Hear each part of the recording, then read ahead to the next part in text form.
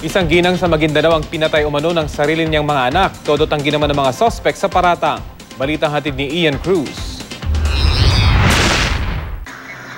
Puro ng pasa, paso at mga sugat sa katawan ang babaeng ito nang madatnang wala ng buhay sa kanilang bahay sa Ampatuan, Maguindanao. Ang itinuturong may kagagawa nito ang sarili niyang mga anak. Ikinuwento ng kapitana ng barangay ang umano'y nangyari sa biktima. Habang ginagamot sila, tapos pag tinutusok-tusok nila dito, pag may lumalabas na dugo, sinisip-sip nila yung dugo. Pag sip-sip ng dugo, totoo yun kasi ang nagsabi mismo yung daughter-in-law who is present during that time of the incident. Agad namang nahuli na ang Ampatuan Police ang magkakapatid. Lahat sila todo tanggi sa karumal-dumal na krimen.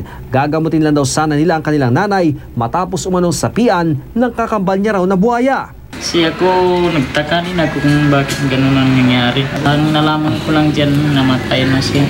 Kaya sinasabi ko sa inyo, tulungan niyo ako dito. Pero ang pulisya, pinabulaanan ng di umano'y nangyaring cannibalism. Kasi hindi Maguindanao term na mayroon daw itong laping o di kaya tawag dito yung kambal. May kambal daw na buhaya ang kanilang nanay. So that time, sinapian daw siya ng kanyang kambal. So ginamit nila yung kutsara sa ninit lang kutsara sa pugon at inilagay sa dibdib at liig ng kanyang nanay para daw maalis yung kambal.